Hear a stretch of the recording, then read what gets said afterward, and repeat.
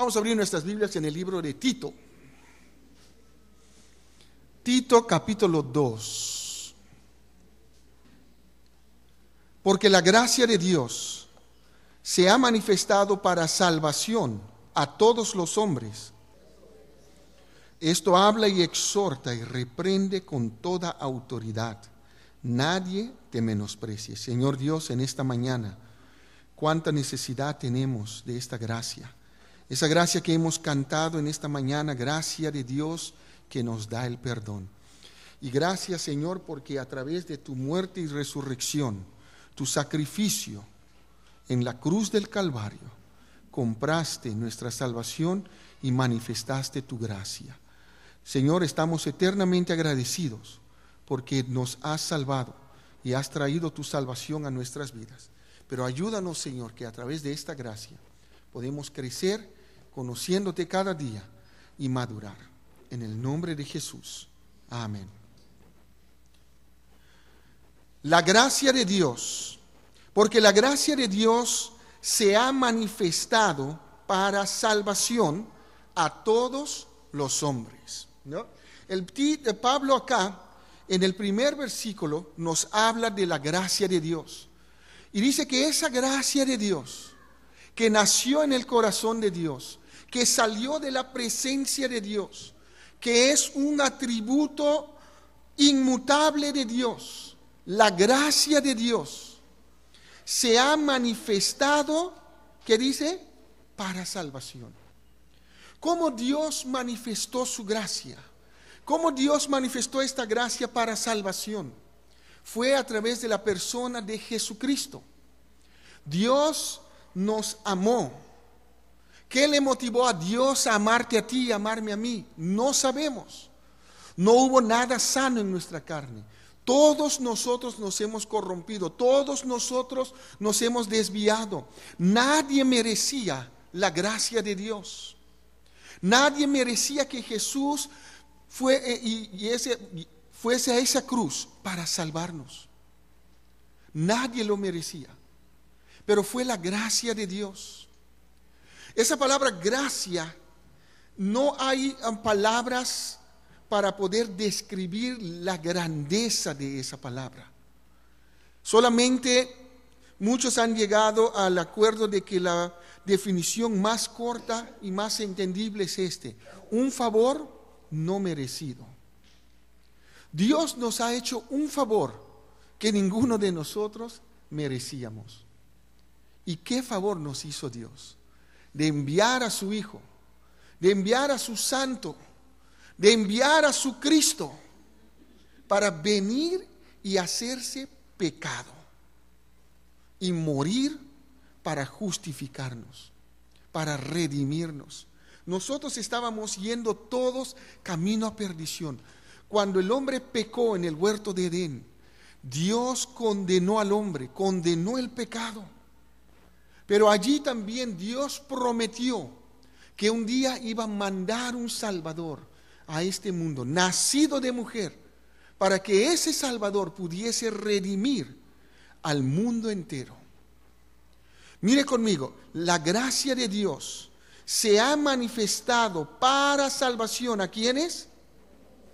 ¿A quiénes? ¿Qué significa todos? ¿O significa todos aquí diferente? Algunas personas lo interpretan diferente. A todos los redimidos o a todos los elegidos. ¿Quiénes fueron elegidos? Según este versículo, ¿para quién? A todos, ¿no? Entonces queda fuera la gracia limitada, ¿no es cierto? La gracia de Dios ha sido manifestado, ¿para qué? Para salvación a todos los hombres. Así que no podemos limitar la gracia de Dios. No podemos decir Cristo solamente murió por cierto grupo de personas, porque iríamos en contra de su gracia, iríamos en contra de su palabra. Acá lo explica claramente, porque la gracia de Dios se ha manifestado para salvación. ¿A quiénes? A todos los hombres. Ahora, que todos los hombres reciban esa gracia y lo aceptan es otra cosa. Pero Dios manifestó su gracia a todos los hombres. Hay personas que dicen, pero si usted habla así, entonces la muerte de Cristo fue un fracaso. No fue. Porque Pablo dice, nadie va a tener excusa delante de Dios. Dios va a manifestar a todas las personas que Él dio la oportunidad a todos para recibir la gracia, pero que fue la elección del hombre de rechazar la gracia de Dios. Dios no eligió a nadie para ir al infierno. Queda claro, ¿no es cierto? Dios ha manifestado su gracia para salvación a todos los hombres. Todos nosotros tenemos la posibilidad de entender la gracia de Dios, de poder ver lo que Cristo ha hecho por nosotros. Allí en la cruz, Cristo cargó el pecado de todos nosotros. Dice, Jehová le cargó en él el pecado de todos nosotros. Ahora, las estadísticas dicen que hay más de 5 o 6 billones de personas en este mundo. ¿Dónde están mis expertos en matemáticas? No está mi amigo Salas.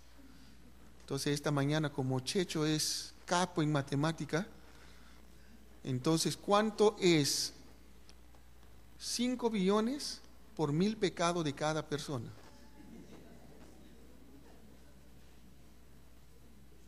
Pucha, ¿tanto piensas, Checho? 5,000 billones, ¿no? Así que imagínate cuánto pesa cada uno de esos pecados. Y estoy hablando de 1000 nomás, algunos pasan los 1000, ya se pasan durante el día. La carga del pecado que Jesús cargó por nosotros. Yo creo que la carga del pecado fue más pesado que todo el sufrimiento y los latigazos que Él recibió, los golpes que Él recibió. Fue la carga de nuestro pecado. Y Él clamó allí en el huerto de Edén y dijo, Dios, si no hay otra forma de pagar por estos pecados, entonces yo estoy dispuesto a hacer tu voluntad. Y no hubo respuesta de Dios, no hubo cambio de planes. Fue el mismo plan desde el principio, que Dios prometió que iba a enviar al Salvador para morir. Así que Dios entregó su Hijo. Dios lo entregó por amor. En el libro de Sofonías dice que fue por amor. Juan 3:16 dice, fue por amor. Dios nos amó a su manera. Él es Dios. Él vio algo en nosotros que le hizo amar su creación. Y no estaba dispuesto a perder su creación de los hombres. Satanás dañó el plan de Dios en el huerto de Edén, pero Cristo lo recuperó en el Calvario. Cristo arregló el problema del pecado del hombre. Y por eso, después de su resurrección, la invitación está abierta a todos. Todo aquel que quiere, venga. Ya no es una obligación, sino todo aquel que quiera. Dios no obliga a nadie para aceptarlo. Él está esperando que uno voluntariamente diga, yo quiero a Cristo. Yo necesito de Cristo. La salvación no es imputada, no es impuesta sobre nosotros. No es que el Espíritu Santo, porque te ve chévere, viene y dice, tú no mereces ir al infierno, toma mi salvación. No, esa teoría tampoco no es bíblico. Dios dice, todo aquel que quiere, venga y beba del agua gratuitamente. El que a mí viene, no le echo fuera. La invitación de Jesús era personal. Tú tienes que venir. Dios quiere la salvación de todos los hombres. Acá lo dice, porque la gracia de Dios se ha manifestado para salvación a todos los hombres. Pero esa misma gracia que trae salvación, dice el versículo 12, esa gracia nos enseña. ¿Qué nos enseña la gracia? En primer lugar, dice ahí, a renunciar la impiedad. La gracia que me trajo salvación es la misma gracia que me enseña a renunciar la impiedad. Es decir, la gracia me enseña a renunciar el pecado, las ganas, el deseo de pecar. Cuando esa gracia de Dios viene a mi vida, esa gracia quita mi pecado. Cuando yo vengo a Jesús en arrepentimiento, Jesús quita mi pecado. Es decir, el hombre ya no está bajo condenación. Cuando tú aceptaste a Cristo Jesús, Dios literalmente quitó tu pecado. Ya no existe. Nosotros seguimos pensando de nuestros pecados. Pero para Dios, mi pecado fue quitado. Ya no existe. Dios perdonó el pecado. Ahora, esa gracia ahora me enseña a renunciar cada día, cada momento, la impiedad. El pecado va a volver a tocar a mi puerta. El pecado va a volver a venir a tentarme. Ahora es mi decisión, mi elección, obedecer o rechazar la impiedad. Tú decides pecar. Tú decides obedecer al pecado, tú decides ponerte bajo la esclavitud, porque la gracia nos enseña a renunciar la impiedad. La gracia de Dios que está en mí, inmediatamente cuando el pecado viene a tocar mi puerta, me dice, recházalo, renúncialo, déjalo, no lo obedezcas.